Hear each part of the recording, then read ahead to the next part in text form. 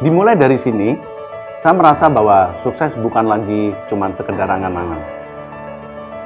Dimulai dari sini, saya mulai bertemu dan mempelajari ilmu ekonomi dan bisnis dari dosen-dosen yang profesional dan dosen-dosen yang benar-benar ahli di bidang ekonomi dan bisnis.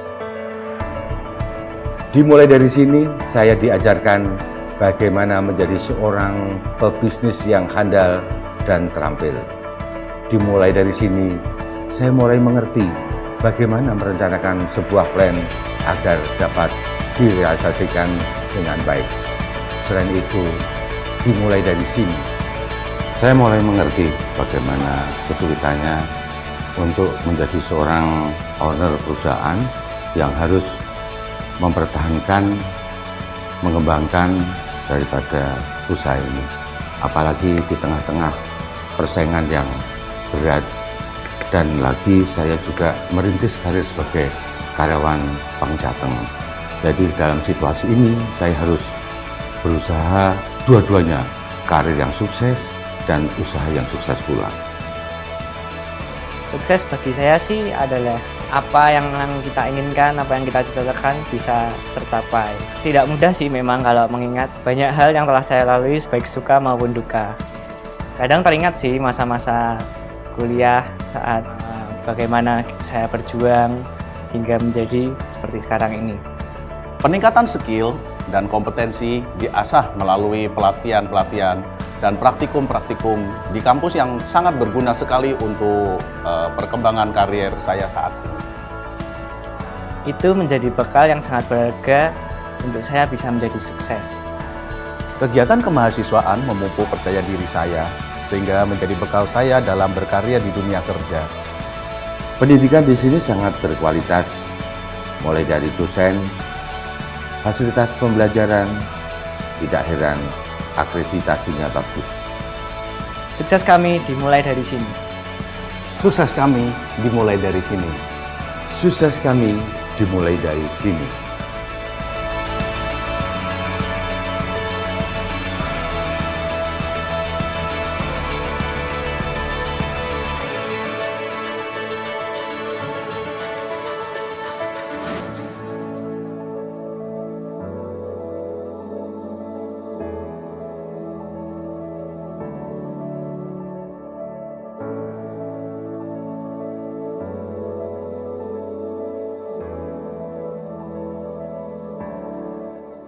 Halo teman-teman, kembali lagi bersama saya Julius Garur Pradana dari Universitas Kubang Unisbank Semarang dengan nomor NIM 1805520190 dari kelas D1 Akuntansi mata kuliah Audit Bank yang diampu oleh Bapak Arif Himawan Dwi Nugroho.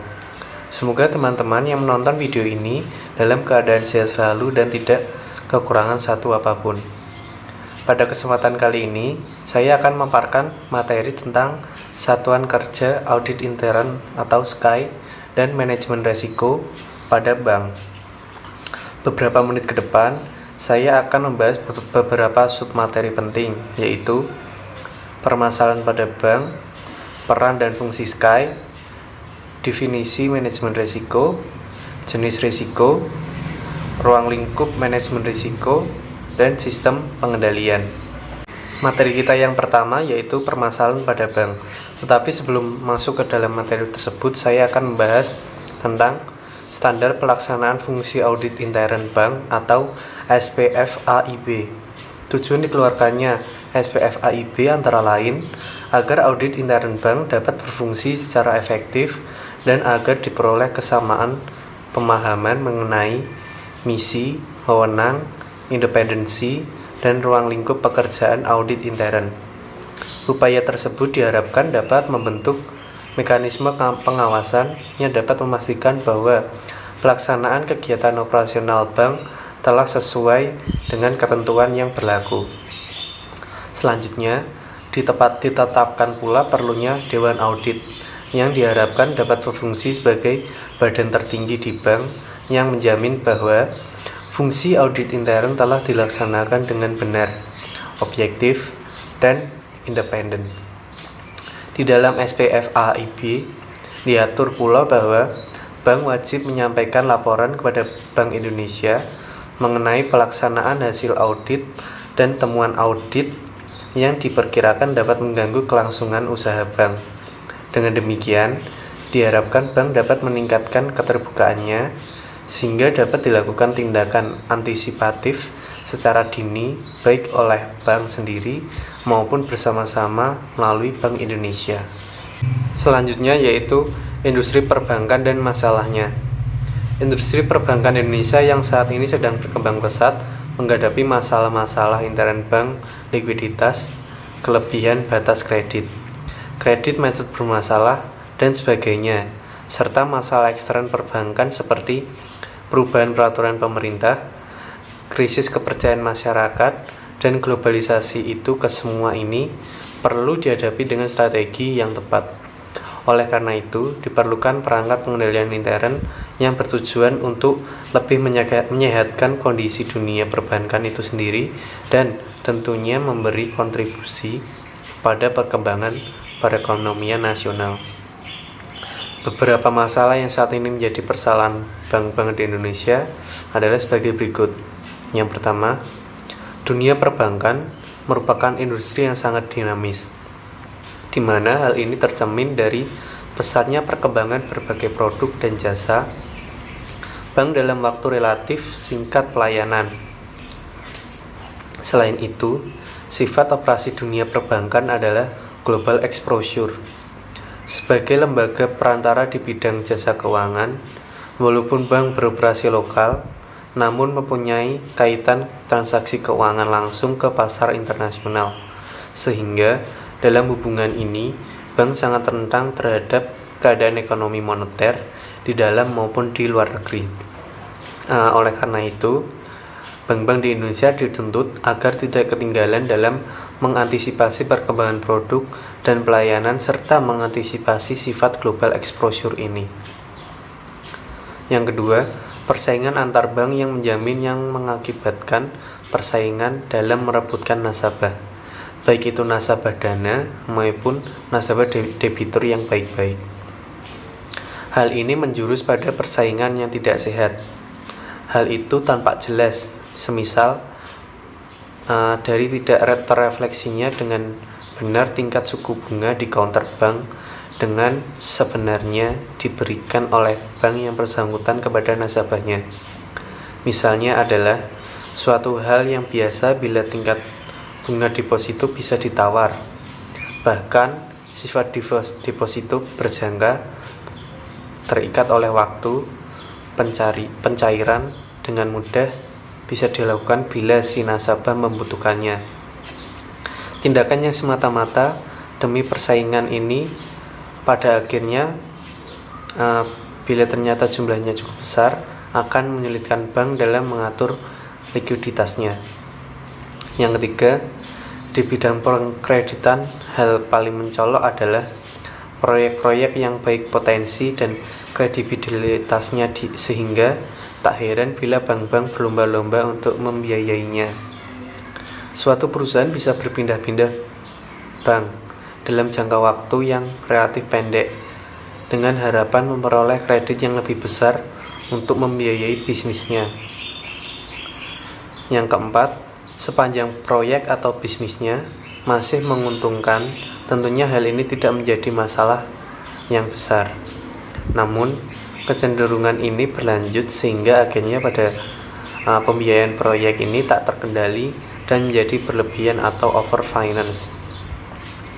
Tentunya hal ini akan membuka peluang bagi si nasabah untuk terspekulasi pada proyek yang belum jelas benar prospeknya.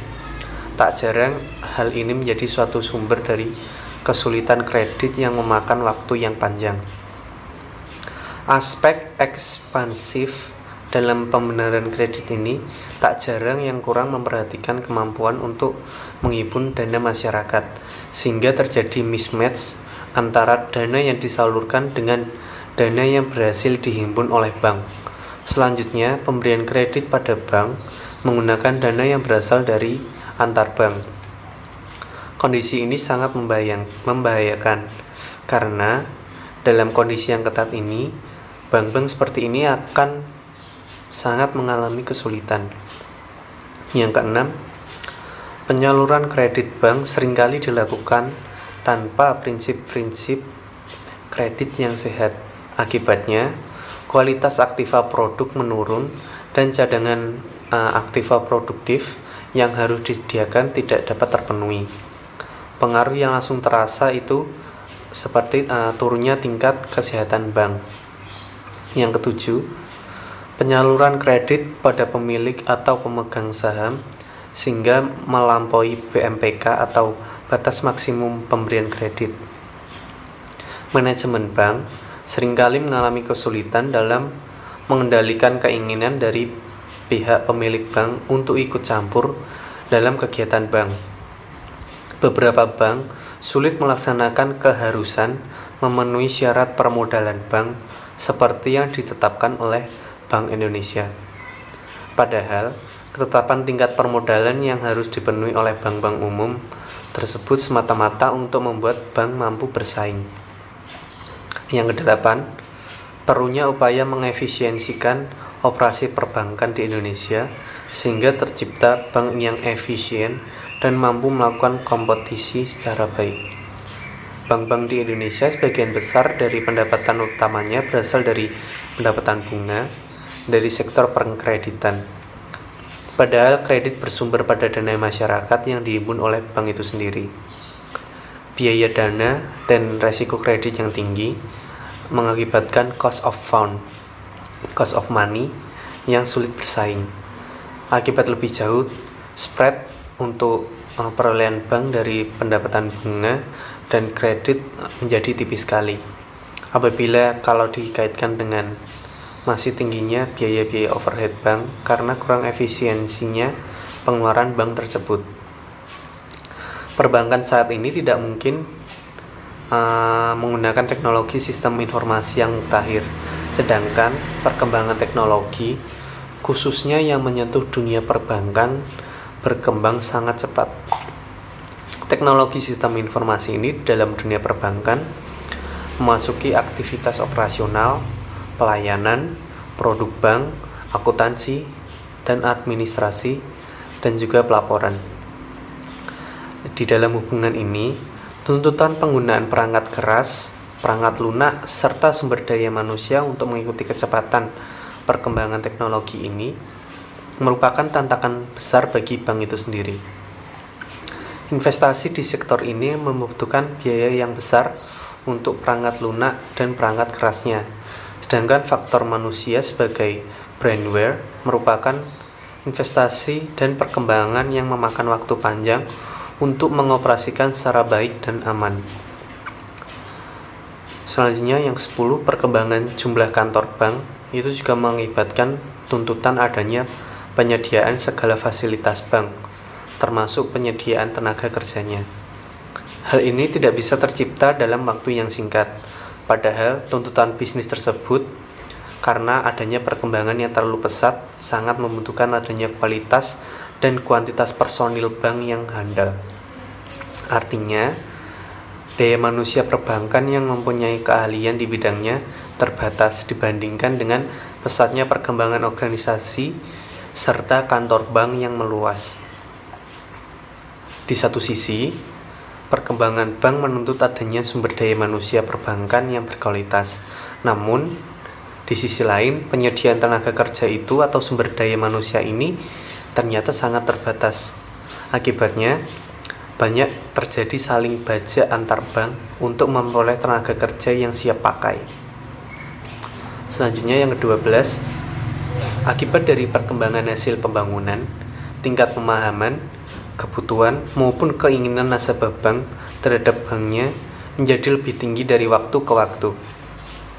Untuk itu, kemampuan bank untuk mencapai kepuasan nasabah menjadi tujuan utama agar dapat mempertahankan keberadaan banknya. Karena sektor perbankan merupakan suatu sektor ekonomi moneter yang penting bagi pemerintah, maka pengaturan sektor ini mengikuti kebijakan ekonomi moneter yang dianut oleh pemerintah itu sendiri. Kecenderungan deregulasi dan pasar bebas yang akan segera ditempuh mendorong bank-bank agar mampu bersaing dalam era deregulasi ini. Di masa depan, banyak bank-bank yang solid dan sehat yang mampu mengantisipasi persaingan dalam masa deregulasi yang makin terbuka. Pada masa itu, bank-bank asing yang kuat dari berbagai negara akan lebih leluasa untuk memasuki pasar lokal di Indonesia. Perkembangan pesatnya perekonomian nasional dan perekonomian regional seperti ASEAN, Asia Timur, dan Pasifik yang mendongkrak juga pertumbuhan ekonomi kawasan ini, dan bank-bank harus mampu memanfaatkan dan ikut serta dalam pertumbuhannya. Kebutuhan untuk mengantisipasi perkembangan ekonomi ini melahirkan peluang dan tantangan bagi dunia perbankan nasional. Upaya untuk mengembangkan outlet, jaringan kantor di dalam atau di luar negeri, serta upaya bank-bank untuk membuat patungan merupakan langkah-langkah yang banyak diambil dengan segala konsekuensinya. Yang ke-15, catatan IMF yang diungkapkan harian Kompas tanggal 8 Oktober tahun 97 antara lain mengungkapkan krisis perbankan dan keuangan ternyata bukan hanya karena manajemen perbankan yang lemah, juga mungkin oleh kebijakan ekonomi yang tidak bijaksana dan campur tangan politik, liberasi keuangan, dan meningkatnya persaingan. Yang terakhir, kasus Bulgaria menunjukkan bahwa pengalaman minimum pengelola bank yang dipicu izin pendirian bank yang begitu mudah ditambah supervisi bank yang lemah dan ketiadaan standar akuntansi menyebabkan industri perbankan tertumpuk. 10 bank Bulgaria sudah bangkrut dan yang lainnya diperkirakan akan menyusul. Pengalaman 20 tahun terakhir menunjukkan bank yang kesulitan likuidasi atau bermasalah diawali dengan goncangan perekonomian makro. Guncangan itu termasuk akibat naiknya harga-harga secara umum atau inflasi, fluktuasi hebat sebuah kurs. Contohnya paling tepat adalah Amerika Latin yang memiliki sejarah perekonomian yang paling sering mengalami guncangan. Kasus serupa juga dialami Meksiko yang dengan tiba-tiba mendevaluasi peso Meksiko. Susahnya di Amerika Latin, krisis ekonomi berlangsung lama hingga menembus lebih dalam ke segenap pelosok kehidupan di sana. Selain itu, tekanan inflasi, produk ekonomi, jumlah kredit dan dana yang masuk ke bank berfluktuasi. Hal itu terjadi karena investor asing yang berperan besar meningkatkan perekonomian negara berkembang berpikir dua kali sebelum masuk ke Amerika Latin. Pemberian kredit ke kelompok sendiri sehingga kepada mereka yang memiliki keterkaitan politik dengan bank juga merugikan perbankan. Praktik seperti ini terjadi mulai di Bangladesh hingga Bolivia. Meski tak terdengar di negara maju, persoalan ini sangat serius di negara berkembang, yang posisi otoritas moneternya agak sulit menghindari hal-hal ini terjadi. Kejadian serupa juga terjadi pada Bank Eropa Timur dan Rusia. Di kawasan ini pendirian bank begitu mudah dan ditujukan untuk pembiayaan perusahaan sendiri atau yang terkait dengan pengelolaan atau pemilik bank. Banyak kredit kemudian terjerat kemacetan karena kalkulasi bisnis sembarangan. Keterlibatan pemerintah merupakan penyebab utama ketika kesulitan perbankan dan bahkan berdampak lebih serius. Di negara berkembang, pemerintah tak memiliki rasa malu menggunakan dana bank-bank negara untuk menutupi kekurangan anggaran dan membiayai proyek yang diragukan kelayakannya.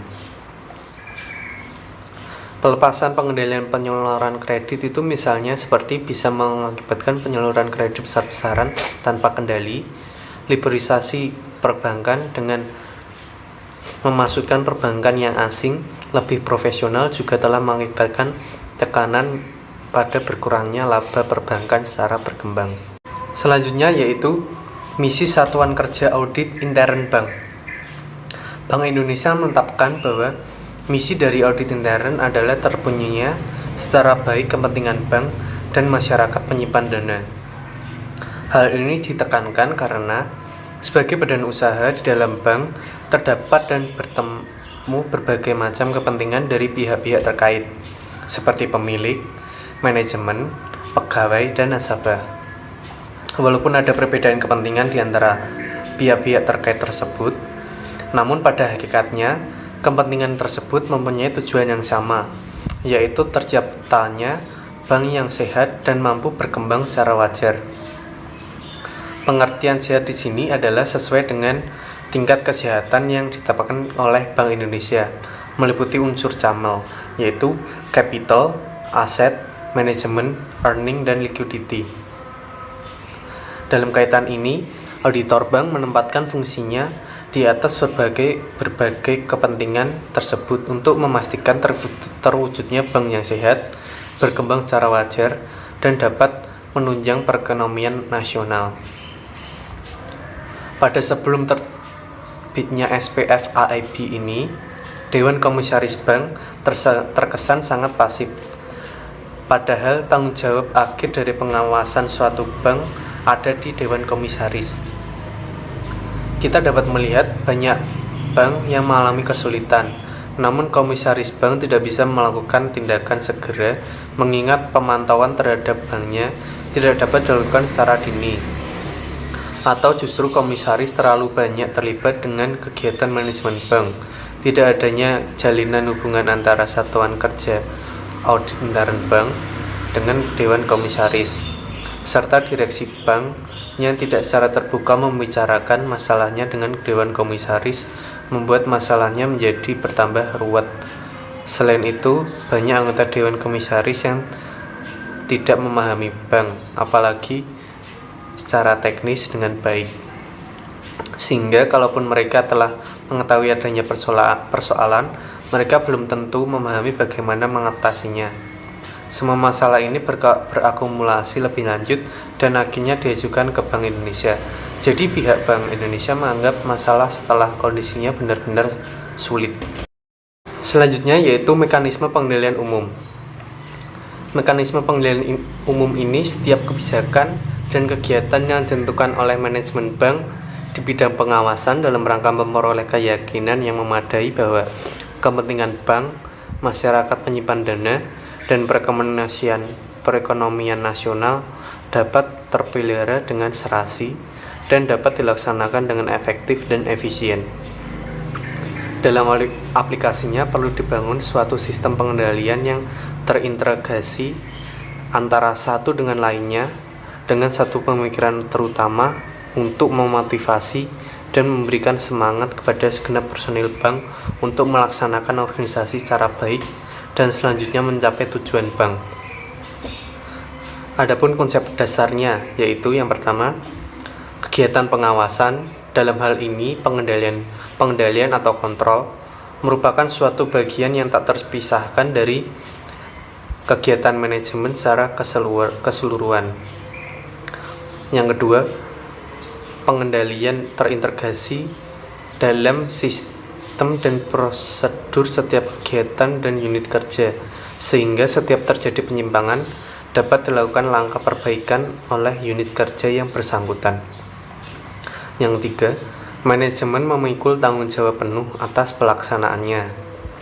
Yang keempat, Satuan Kerja Audit Intern atau SKAI bertindak sebagai dinamisator untuk lebih berfungsinya pengawasan pada setiap unit kerja.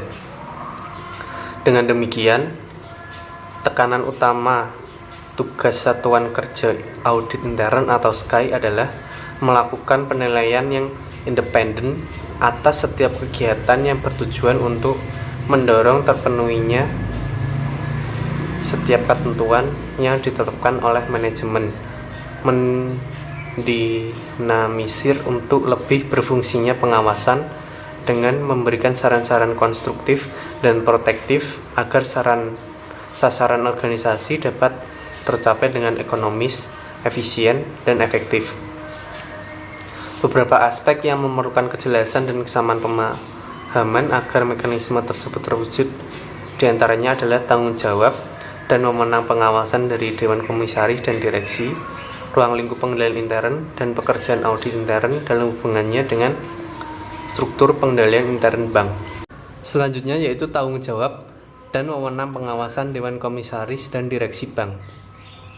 Pada masa sebelum SPFAIB diberlakukan, kejelasan wewenang pengawasan antara Dewan Komisaris, Direksi, dan SKY masih berbeda pandangan antara satu bank dengan bank yang lainnya.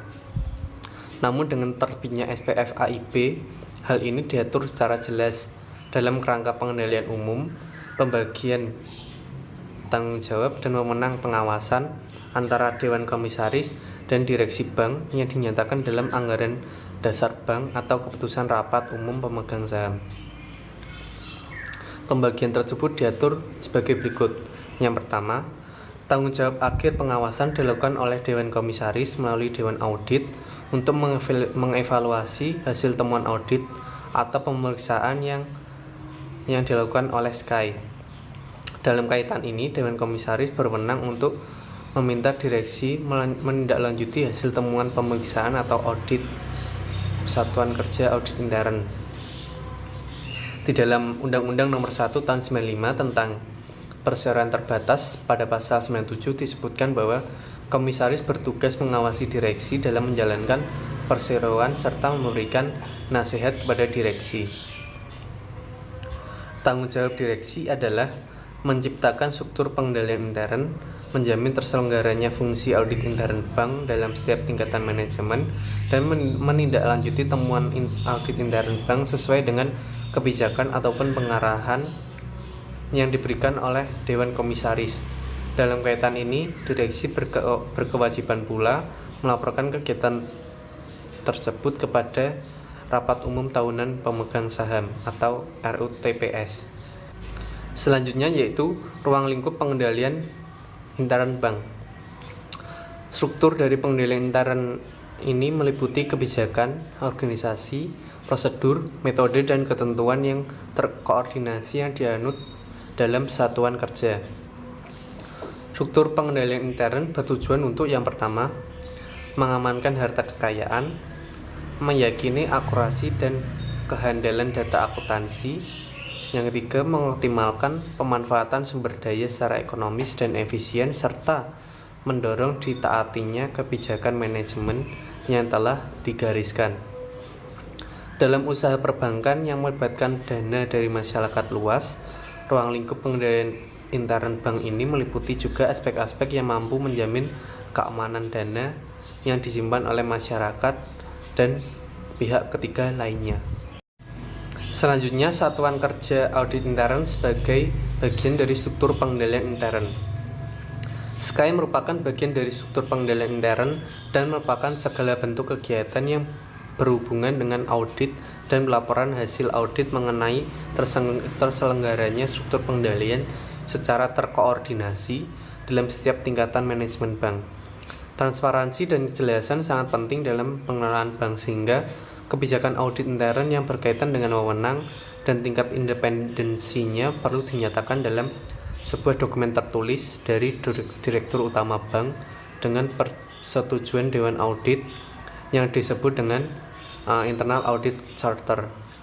Secara periodik, Internal Audit Charter ini perlu dinilai kecukupannya oleh Direktur Utama dan Dewan Audit agar pelaksanaan audit intern senantiasa berada pada tingkat optimalnya. Internal Audit Charter sebagai landasan kerja, terutama bagi SKY, merupakan hal baru bagi dunia perbankan Indonesia. Hal ini memberikan dasar yang kokoh untuk semua pihak yang melaksanakan tugasnya atas dasar fungsi masing-masing secara jelas. Selanjutnya yaitu fungsi Satuan Kerja Audit Intern atau SKY. Tugas SKY ini adalah membantu Direktur Utama dan Dewan Audit dengan menjabarkan secara operasional perencanaan, pelaksanaan, dan pemantauan atas hasil audit ini. Dalam melaksanakan hal ini, auditor intern mewakilkan pandangan dan kepentingan profesinya dengan membuat analisis dan penilaian di bidang keuangan, akuntansi, operasional, dan kegiatan lainnya melalui pemeriksaan secara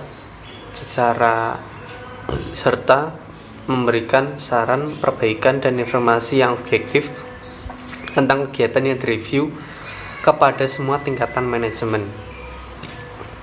Di samping itu, Sky harus mampu mengidentifikasi segala kemungkinan untuk memperbaiki dan meningkatkan efisiensi penggunaan sumber daya dan dana serta meningkatkan kegiatan yang ada di bank tersebut. Tuntunan yang sedemikian tinggi dari fungsi dan tugas Sky jelas menggambarkan pada kita bahwa peran Sky sangat diharapkan dan dalam mendorong lahirnya bank yang sehat, sehingga kualitas sumber daya Sky harus sepadan dengan tuntutan tersebut. Materi kita yang selanjutnya yaitu manajemen risiko bank. Pengertian bank itu sendiri adalah yang dimaksud dalam Undang-Undang Nomor 7 Tahun 92 tentang Perbankan, sebagaimana telah diubah dengan Undang-Undang Nomor 10 Tahun 98, termasuk kantor cabang dari bank yang berkedudukan di luar negeri yang melaksanakan kegiatan usaha secara konvensional. Pengertian risiko adalah potensi kerugian akibat terjadinya suatu peristiwa tertentu. Pengertian manajemen risiko sendiri adalah serangkaian metodologi dan prosedur yang digunakan untuk mengidentifikasi, mengukur, memantau, dan mengendalikan risiko yang timbul dari seluruh kegiatan usaha bank. Selanjutnya kita akan membahas 8 risiko bank, yaitu yang pertama, risiko kredit, yang merupakan akibat kegagalan pihak lain dalam memenuhi kewajiban kepada bank, termasuk risiko kredit akibat kegagalan debitur dan risiko konsentrasi kredit. Yang kedua, risiko pasar, yang merupakan risiko pada posisi neraca dan rekening administratif, termasuk transaksi derivatif akibat perubahan secara keseluruhan dari kondisi pasar, termasuk risiko perubahan harga option.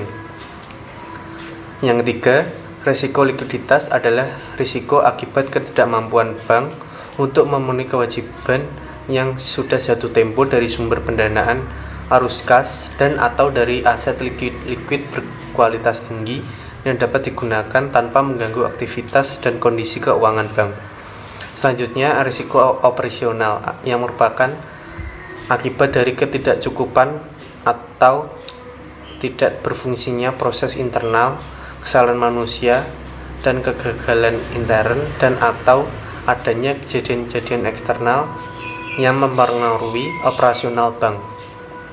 Selanjutnya, risiko kepatuhan, yaitu akibat dari bank tidak mematuhi dan atau tidak melaksanakan peraturan perundang-undangan dan ketentuannya.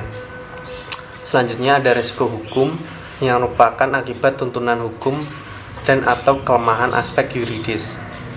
Yang ke-10, risiko reputasi, yang merupakan akibat dari menurunnya tingkat kepercayaan pemangku kepentingan atau stakeholder yang bersumber dari persepsi negatif terhadap bank. Yang terakhir, risiko strategik, yang merupakan akibat dari ketidaktepatan dalam pengambilan dan atau pelaksanaan suatu keputusan strategik serta kegagalan dalam mengantisipasi perubahan lingkungan bisnis. Materi yang selanjutnya yaitu ruang lingkup manajemen risiko. Bank wajib menerapkan manajemen risiko secara efektif, baik untuk bank secara individu maupun untuk bank secara konsolidasi dengan perusahaan anak. Penerapan manajemen risiko ini sebagaimana dimaksud pada bank paling sedikit mencakup yang pertama, pengawasan aktif direksi dan dewan komisaris, kecukupan kebijakan dan prosedur manajemen risiko serta penetapan limit risiko, kecukupan proses identifikasi, pengukuran, pemantauan dan pengendalian risiko, serta sistem manajemen risiko dan sistem pengendalian intern yang menyeluruh. Penerapan manajemen risiko ini mencakup yang pertama ada risiko kredit, risiko pasar, risiko likuiditas, risiko operasional, risiko hukum, risiko reputasi, risiko strategik, dan risiko kepatuhan. Bank ini wajib menerapkan manajemen risiko untuk seluruh risiko sebagaimana yang dimaksud dalam cakupan penerapan manajemen risiko. Selanjutnya yaitu pengawasan aktif direksi dan dewan komisaris. Bank wajib menetapkan wewenang dan tanggung jawab yang jelas pada setiap jenjang jabatan yang terkait dengan penerapan manajemen risiko. Wewenang dan tanggung jawab sebagaimana dimaksud dalam bank bagi direksi paling sedikit, yaitu yang pertama, menyusun kebijakan dan strategi manajemen risiko secara tertulis dan komprehensif, bertanggung jawab atas pelaksanaan kebijakan manajemen risiko dan exposure risiko yang diambil oleh bank secara keseluruhan. Yang ketiga, mengevaluasi dan memutuskan transaksi yang memerlukan persetujuan direksi. Yang keempat, mengembangkan budaya manajemen risiko pada seluruh jenjang organisasi. Yang kelima, memastikan peningkatan kompetensi sumber daya manusia yang terkait dengan manajemen risiko.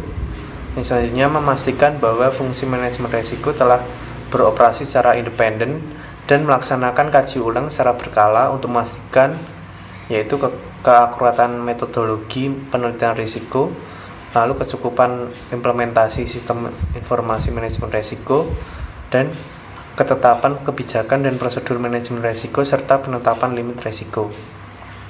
Dalam rangka melaksanakan wewenang dan tanggung jawab, direksi harus memiliki pemahaman yang memadai mengenai risiko yang melekat pada seluruh aktivitas fungsional bank dan mampu mengambil tindakan yang diperlukan sesuai dengan profil risiko bank. Selanjutnya yaitu wewenang dan tanggung jawab Dewan Komisaris. Wewenang dan tanggung jawab Dewan Komisaris paling sedikit yaitu yang pertama, menyetujui dan mengevaluasi kebijakan manajemen risiko. Yang kedua, mengevaluasi pertanggungjawaban direksi atas pelaksanaan kebijakan manajemen risiko. Yang ketiga, mengevaluasi dan memutuskan permohonan direksi yang berkaitan dengan transaksi yang memerlukan persetujuan Dewan Komisaris. Lalu yang selanjutnya yaitu ada kebijakan dan prosedur manajemen risiko serta penetapan limit risiko. Kebijakan manajemen risiko paling sedikit harus memuat yang pertama, penetapan risiko yang terkait dengan produk dan transaksi perbankan. Yang kedua, penetapan penggunaan metode pengukuran dan sistem informasi manajemen risiko. Yang ketiga, penentuan limit dan penetapan toleransi risiko. Yang keempat, penetapan penilaian peringkat risiko. Yang kelima, penyusunan rencana darurat dalam kondisi terburuk. Dan yang terakhir, penetapan sistem pengendalian intern dalam penerapan manajemen risiko. Materi yang selanjutnya yaitu sistem pengendalian intern. Bank wajib melaksanakan sistem pengendalian intern secara efektif terhadap pelaksanaan kegiatan usaha dan operasional pada seluruh jenjang organisasi bank. Pelaksanaan sistem pengendalian intern pada bank paling sedikit mampu secara tepat waktu mendeteksi kelemahan dan penyimpangan yang terjadi. Sistem pengendalian ini wajib memastikan yang pertama, kepatuhan terhadap peraturan dan perundang-undangan serta kebijakan atau ketentuan intern bank. Tersedianya informasi keuangan dan manajemen yang lengkap, akurat, tepat, guna, dan tepat waktu. Yang ketiga, efektivitas dan efisiensi dalam kegiatan operasional. Dan yang terakhir, efektivitas budaya risiko pada koordinasi bank secara menyeluruh. Sistem pengendalian intern dalam penerapan manajemen risiko yaitu sebagaimana dalam dimaksud sistem pengendalian intern menyeluruh paling sedikit harus mencakup yang pertama, kesesuaian sistem pengendalian intern dengan jenis dan tingkat risiko yang melekat pada kegiatan usaha bank. Yang kedua, penetapan wewenang dan tanggung jawab untuk pemantauan kepatuhan kebijakan dan prosedur manajemen risiko serta penetapan limit risiko. Yang ketiga, penetapan jalur pelaporan dan pemisahan fungsi yang jelas dari satuan kerja operasional kepada satuan kerja yang melaksanakan fungsi pengendalian. Yang keempat, struktur organisasi yang menggambarkan secara jelas kegiatan usaha bank. Yang kelima, pelaporan keuangan dan kegiatan operasional yang akurat dan tepat waktu. Selanjutnya, kecukupan prosedur untuk memastikan kepatuhan bank terhadap ketentuan dan perundang-undangan. Lalu, kajian ulang yang efektif, independen, dan objektif terhadap prosedur penilaian kegiatan operasional bank. Lalu pengujian dan kaji ulang yang memadai terhadap sistem informasi manajemen risiko. Lalu ada dokumentasi secara lengkap dan memadai terhadap prosedur operasional, cakupan, dan temuan audit serta tanggapan pengurus bank berdasarkan hasil audit, dan verifikasi dan kaji ulang secara berkala dan berkesinambungan terhadap penanganan kelemahan bank yang bersifat material dan tindakan pengurus bank untuk memperbaiki penyimpangan yang terjadi. Penilaian terhadap sistem pengendalian intern dalam penerapan manajemen risiko wajib dilakukan oleh Satuan Kerja Audit Intern atau SKAI. Sekian materi yang bisa saya sampaikan. Apabila saya dalam penyampaian materi kurang lengkap, saya mohon maaf. Jangan lupa like, share, dan subscribe channel ini agar kalian tidak ketinggalan video-video saya yang selanjutnya. Terima kasih yang telah menonton video ini sampai akhir dan sampai jumpa di video selanjutnya.